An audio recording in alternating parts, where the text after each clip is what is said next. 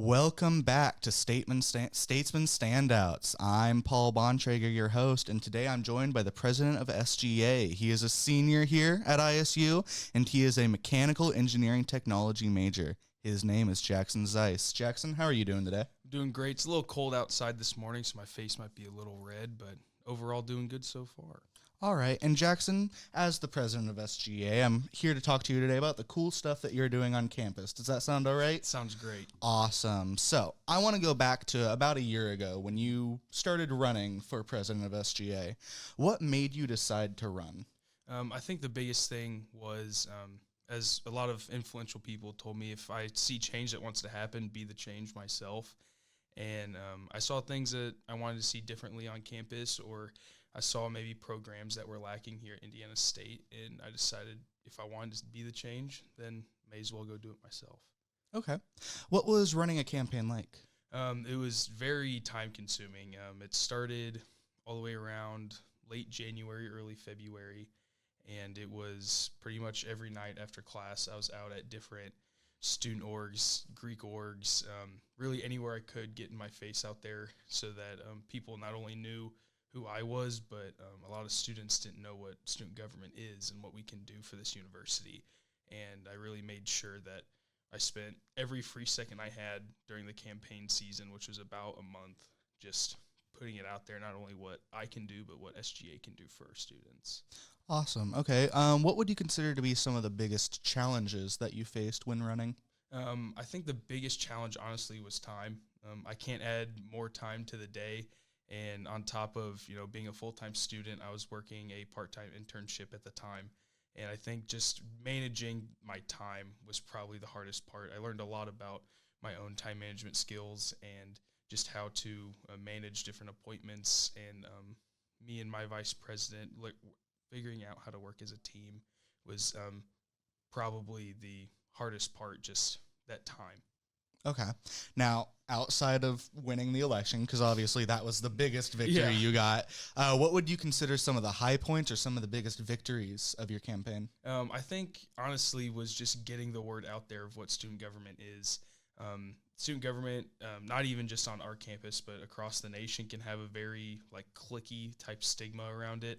And showing students that it's not just some organization, that this is an organization that's been empowered by our university to represent students.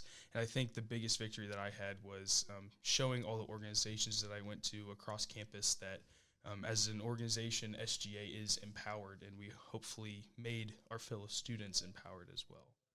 Okay.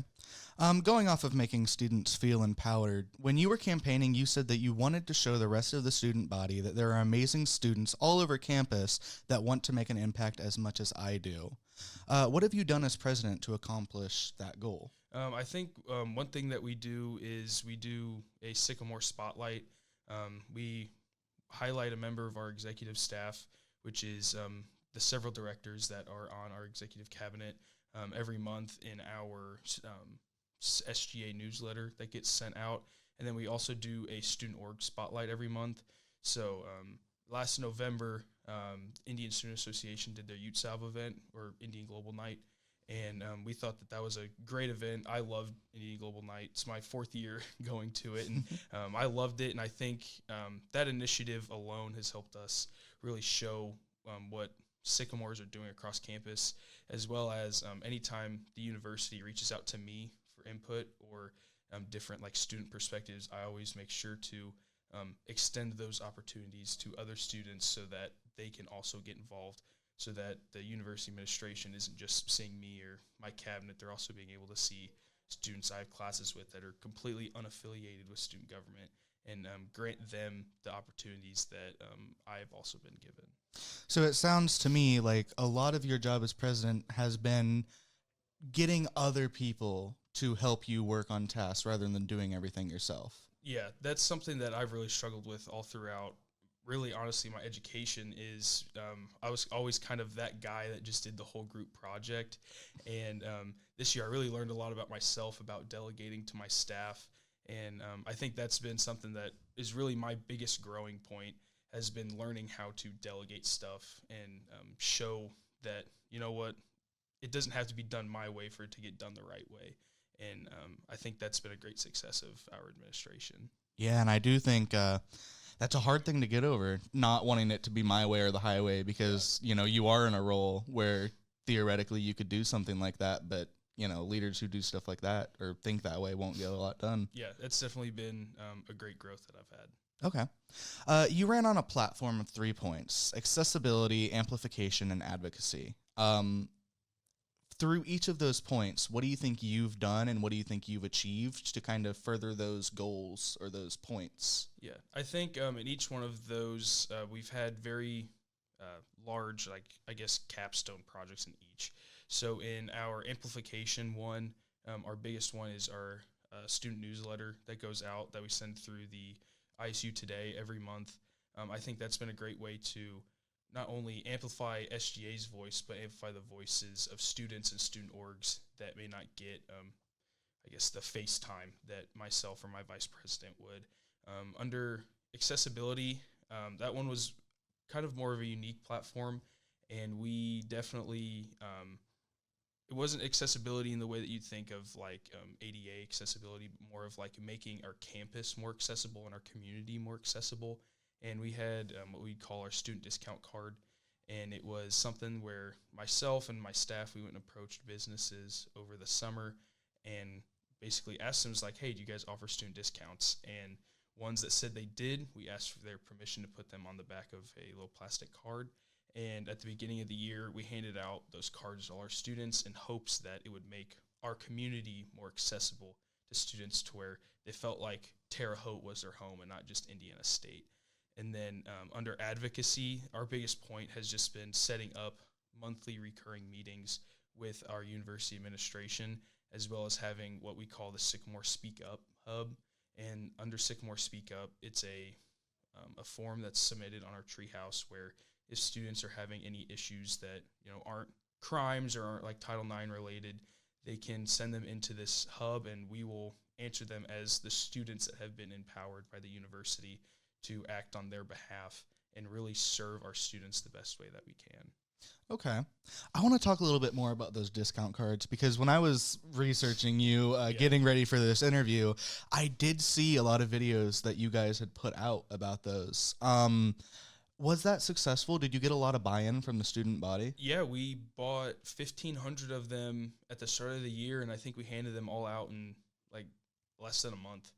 And we've tried to get more funding to get more, and I think we were able to find some campus partners that are willing to partner with us, and we might be able to get some more out to our students. All the discounts that are on that card are available to all students, whether or not you have the card. And so that's one thing that we've been trying to do is hey, you can still go out to these businesses even if you don't have the card. I know I gave my own card away to someone that didn't have one in hopes that it would get them out. I know last night, my fraternity, we had a spring rush event at Vigo Bowl, and the owner-manager of Vigo Bowl came up to me and said that the card's been a huge success for their business. They're seeing a lot more students this year than they did last year. And so being able to have that impact not only on our students but on the community, I'd say we definitely had a lot of really good buy-in from our students. That's awesome. So the cards don't necessarily give you the discount. They're an information piece. Yeah, it's awesome. Just a physical thing saying, hey, these discounts are available, but they're all already available to our students. Okay. So we talked a little bit about all of your platforms and what you've done through them. What would you consider to be your biggest accomplishment that you've achieved so far? I think, honestly, our biggest accomplishment, it's so hard to try and put it in, but one thing that we really wanted to do was student Res Hall t-shirts. It's been a huge undertaking working with Res Life and ordering several thousand t-shirts, and those hopefully are ending up in our students' mailboxes here soon in the dorm halls. They are t-shirts that we partnered with Res Life on, and it's a silhouette on the back of each shirt of each Res Hall. So Mills will have its own colored t-shirt and its own silhouette of Mills on it, and then on the front it says Indiana State University. And that was something that we originally wanted to go out before homecoming, but just planning it out and getting all the shirts ordered and made became a larger undertaking than we had once thought. And my Vice President Grace was amazing through all that. She handled a lot of that herself. And I think that's probably been our biggest success was that because it worked with us, our internal staff, Res Life, community partners that actually made the shirts.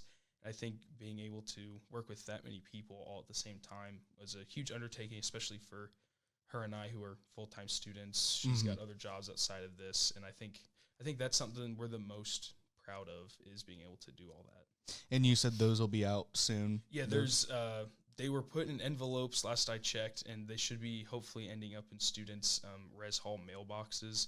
So students, if you're watching this, go check your mailbox in your res hall, so hopefully they're in there. Yeah, check your mailbox. We all love free shirts. Yes. So I live in the UAs. Where are is it just the dorms, or it should be all residence halls? So That's if it's an awesome. on campus, or I guess the UAs is technically on campus still. If it's a university housing, it should hopefully be ending up in their mailbox soon.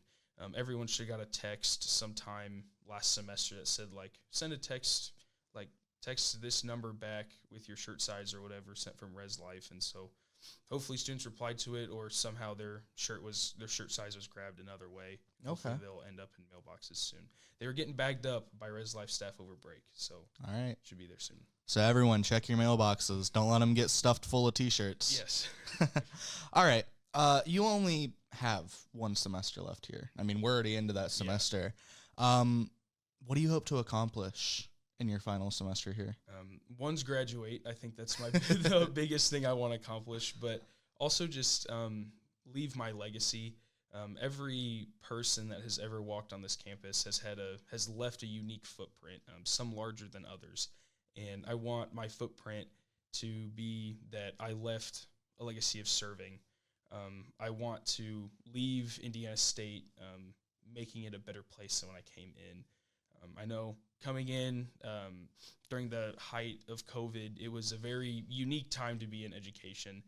And I think being able to make impacts on serving our students and making unique relationships with other faculty and staff, I think that I will be able to leave a legacy on this university for when I do come back and I can just look at something on campus and remember that, like, I had a hand in that. I know I've worked with the Purdue SGA a lot this year on forming a new state law, and we were just in Indianapolis at the State House yesterday lobbying for that bill to get passed through committee.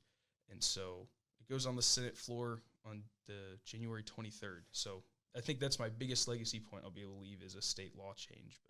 But Can you talk a little bit more about that, what it is? So it's Senate Bill 74, I believe, and there's a law called the Indiana Lifeline Law, where if you and I are underage drinking in our dorms and one of us needs medical attention, I can call and get that medical attention. And the purpose of the law was to grant both of us prosecutional immunity, so that while we're seeking help, we're not being punished for seeking that help. And the way that the law reads currently in Indiana is that only the person calling or assisting the caller is the one that won't receive a ticket. So someone that is getting medical attention due to excess alcohol consumption, they could be getting their stomach pumped in the ER and at the same time be getting written a ticket. And it has created a culture across campuses, really across the state, that students aren't seeking help because they don't want their buddy to get a ticket or their buddy to get arrested. And it's led to numerous student deaths, and really uncountable because it's not really something that can be tracked. And our mission was to change the law and create a culture of helping students, or as we like to say, sycamore supporting sycamores here. And the law amendment would be to grant both parties involved, the one asking for the help and the one actually receiving the medical attention, both of them would be the ones to not get a ticket, in hopes that it would encourage students to actually seek that help. Okay, that's fantastic. That's actually really cool. Yeah. Okay, so we've talked a lot about what you're doing in your role as president, which is a lot, and you've accomplished a lot, and I think that's important to recognize. But I want to talk just a little bit more about you before we finish this out. You're a senior. You're about to graduate. What's next for you? What do you plan to do after college? I just recently took a job at a company, Toyota Material Handling. Not the car company, but it's the same Toyota, but they build forklifts. and I'll be a production engineer down there. That's kind of it's kind of my dream company. I interned there over the summer, and I really loved my time there. And so hopefully then I will be able to work there, make an impact there, as well as just be able to make an impact in the community that I have down there. I'm going to be finishing out a master's degree here at Indiana State online while I'm doing that whole process, and so hopefully I'll be able to finish that here in the next year. That's kind of what's on my near horizon. That's awesome. Okay. When you aren't busy representing the student body or, finishing your degree, what do you like to do in your free time? I build a ton of Legos. I think a lot of the money that I had saved up over the summer, I kind of spent maybe a little bit too much on it on some Lego sets. But I think it's just the engineer, the technical guy in me that really enjoys that. I also just love spending a lot of time with my friends, my girlfriend. College is kind of our last opportunity in life to have a lack of adult consequences where I can just kind of, after class go hang out with people, whoever. And I'm really making sure to kind of soak that all in before I graduate, is just spend as much time with my friends before we all inevitably go our separate ways after college. Okay. We talked a little bit about legacy earlier, especially with the Senate bill, but what do you want to be remembered for? What do you want your legacy to be? Not just here at school, but in life in general. I think I really just want my legacy to be that of a servant leader. Someone that is known for, leading the pack, kind of being ahead on things, but not taking all the credit. I can't take almost any of the credit for anything that SGA has done without recognizing the excellent staff that I have, my vice president, our advising staff that we have, even working with President Goddard and his new administration, just recognizing that not everything happens with what I'm doing. I'm just helping guide the way, I think, is what I want my legacy to be, because nothing can be done by yourself. And it took me really 3 years of college to recognize that. And I hope that my legacy is one of, leading the students, being kind of that servant leader type person, but also knowing that I, at some way, shape, or form, made an impact on students on campus, I think is really the way I want to be remembered. Okay. Well, thank you for your time, Jackson, and thank you for tuning in. Please join us next time on the Statesman Standout.